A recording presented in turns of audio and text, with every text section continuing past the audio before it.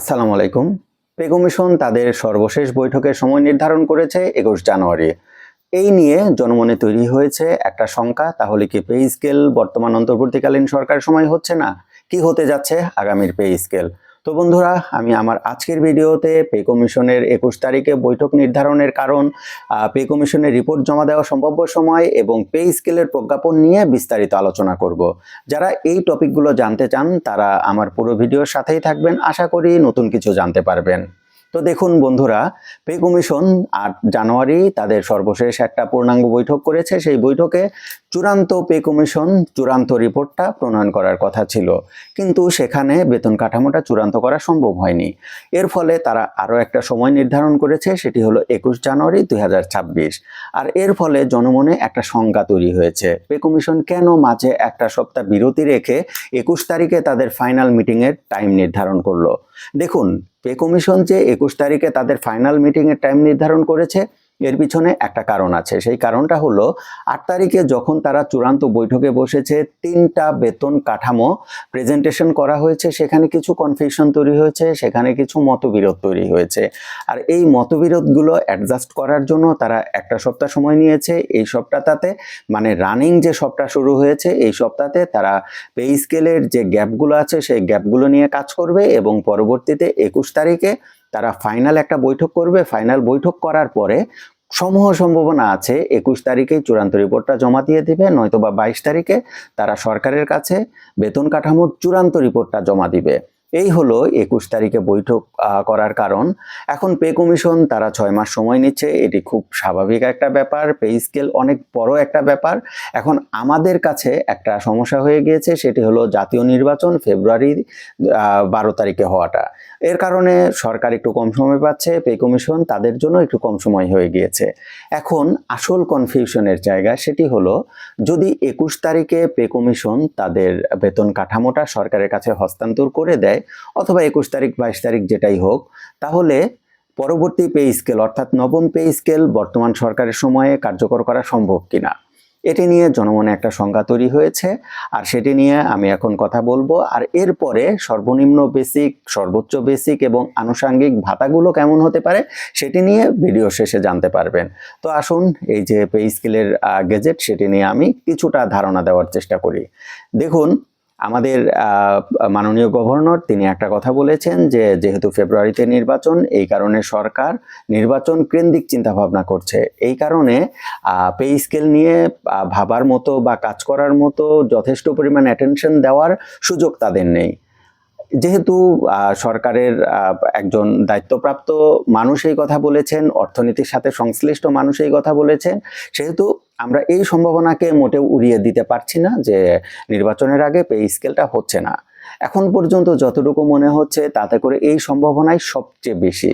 কিন্তু আরও একটা প্রশ্ন থেকে যায়, সেটি হলো পে স্কেল তো কার্যকর করবে অর্থ মন্ত্রণালয় তথা আর্থিক সেক্টরের সাথে নিয়োজিত যে মন্ত্রণালয় আছে।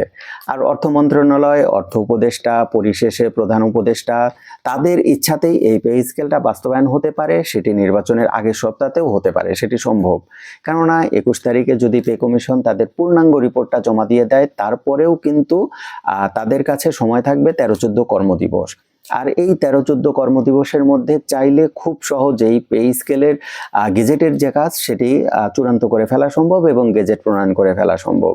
এখন সমস্যা হলো যে বর্তমান সরকার যদি তাদের এই বেতন কাঠামোর সুপারিশ যেটা করবে পে কমিশন, সেটি যদি বাস্তবায়ন না করে দিয়ে যায়, তাহলে পরবর্তী সরকার কি এটা বাস্তবায়ন করতে বাধ্য?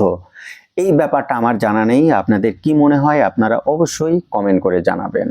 তো এই ছিল পে স্কেলের গেজেট সংক্রান্ত তথ্য। এখন আমি পরবর্তী ধাপে চলে যাব যে বেতন কাঠামো এবং আনুষঙ্গিক ভাতাদি কেমন হতে পারে। এখন দেখুন, বেতন কাঠামো কেমন হবে ইতিমধ্যে আপনারা কিন্তু একটা আইডিয়া পেয়ে গেছেন। সেই আইডিয়াটা কি? ৩ ধরনের বেতন কাঠামোটা সুপারিশ করা হয়েছে বা তারা প্রিপারেশন নিচ্ছে। আর সেইখানে একটা কনফিউশন তৈরি হচ্ছে, তারা চূড়ান্তভাবে কোনটাকে ধরবে। আপনারা ইতিমধ্যে জেনে গিয়েছেন যে গ্রেড সংখ্যা ৩ ধরনের হওয়ার সম্ভাবনা সবচেয়ে বেশি, বা প্রস্তাব ৩ ধরনের এসেছে। প্রথম প্রস্তাবটা হলো গ্রেড সংখ্যা হবে 14টি, পরবর্তী প্রস্তাব হলো গ্রেড সংখ্যা হবে 16টি এবং একদম যে সংখ্যাটা সবচেয়ে বেশি সেটি হলো গ্রেড সংখ্যা হবে 20টি। তো এখানে একটা চূড়ান্ত কনফিউশন তৈরি হয়েছে, এই কারণে বর্তমান কমিশন তারা এখনো সিদ্ধান্ত নিতে পারছে না যে কোনটা হলে বেশি ইফেক্টিভ হবে এবং কোনটা সহজে বাস্তবায়ন করা সম্ভব হবে। এখন এই কারণে একটা কনফিউশন তৈরি হয়েছে।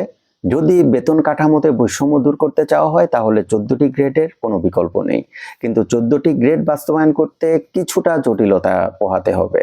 আবার অন্যদিকে যদি 16টি গ্রেড করা হয় তাহলে সর্বনিম্ন বেসিক সেটি কিন্তু খুব একটা বাড়ছে না।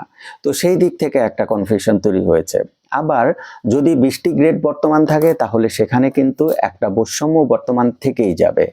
এই কারণে পে কমিশন সর্বশেষ বৈঠকে তাদের স্যালারি স্কেলটা চূড়ান্ত করতে পারেনি। আর আরেকটা ব্যাপার, এই সাথে যাদের প্রথম গ্রেড বা গ্রেড 1 যারা থাকবেন তাদের শুধু বেসিক না, বেসিকের সাথে সাথে তাদের আনুষঙ্গিক ভাতা সুযোগ সুবিধা কেমন হবে সেটিও এখনো ফাইনাল করা সম্ভব হয়নি সর্বশেষ বৈঠক পর্যন্ত। এই কারণে তারা চাইলেও 8 তারিখ পর্যন্ত চূড়ান্ত কোনো সিদ্ধান্ত নিতে পারেনি, যে কারণে এই রানিং সপ্তাহে পে কমিশন তাদের চূড়ান্ত রিপোর্টটা সাবমিট করতে পারেনি। এখন কথা হলো যে তাহলে কি হতে যাচ্ছে, তারা কি আদৌ 21 তারিখের মধ্যে সাবমিট করতে পারবে? হ্যাঁ, অবশ্যই পারবে এবং আমরা যতটুকু তথ্য পেয়েছি তাতে করে সর্বনিম্ন বেসিক 17-18 হাজার টাকা এর মধ্যেই কিছু একটা হবে। আর আরেকটা ব্যাপার, আমার প্রত্যেকটা ভিডিওতে শতভাগ পেনশনার যারা আছেন তারা কমেন্ট করেন, তাদের একটা কনফিউশন থাকে, শতভাগ পেনশন সমর্পণ যারা করেছেন তাদের পেনশন পুনঃস্থাপনটা 10 বছর হবে কিনা। আপনাদের তথ্যের জন্য বলে রাখি 2018 সাল থেকে এই শতভাগ পেনশন সমর্পণ সেটি পেনশন পুনঃস্থাপনটা 15 বছর চালু হয়েছে। আগে কিন্তু এই সুযোগটা ছিল না।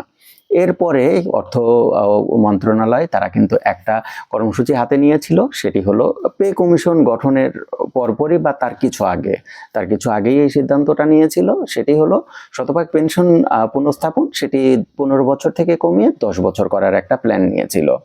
এখন পর্যন্ত সিদ্ধান্ত সেইটিই আছে। এখন যদি পে স্কেল হয়ে যায় তাহলে এই সিদ্ধান্তটা কার্যকর হয়ে যাবে বলে আমরা আশা রাখতে পারি। এখন পে স্কেল কবে হবে তার উপরে নির্ভর করছে এই সিদ্ধান্তটা আসলে কত দূর যাবে বা কবে কার্যকর হবে। তো বন্ধুরা, পে স্কেল নিয়ে আশা করি বিস্তারিত ভিডিও আপনারা পেয়ে গিয়েছেন। আর 21 তারিখ পর্যন্ত আপডেট এতটুকুই। 21 তারিখ পর্যন্ত আপনারা যত আপডেট দেখবেন সব আপডেট এই একই কথা বলবে। সুতরাং 21 তারিখ পর্যন্ত খুব একটা হাইপার হওয়ার কোনো কারণ নেই।